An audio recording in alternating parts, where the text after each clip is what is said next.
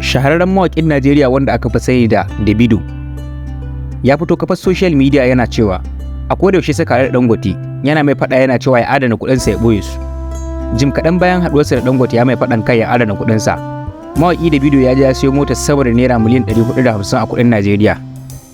Gabaki ɗaya motar gold ce in aka cire glass ɗinta, kuma motar customized ce, kuma motar ba ta da yawa, ba ta fi guda 20 ba a duniya. Kamar yadda kuke gani Davido a Afirka gaba ɗaya shi ke da irin wannan motar, wadda ake kira da Mercedes S-Class Maybach.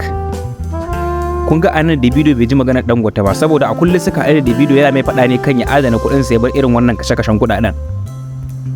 Kamar yadda kuke gani a cikin bidiyon ga Davido nan ya fito ya shiga sabon motar tasa wadda ya siyo daga ƙasar waje zuwa Najeriya ta shigo, gashi nan har ya fara hawanta.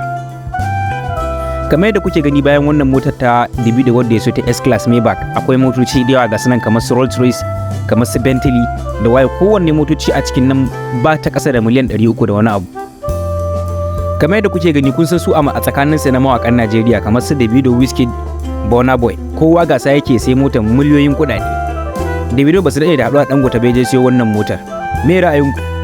Obadam Davido, Davido Obio. Kada ku manta da danna mana alamar subscribe da kuma alamar ƙararrawa.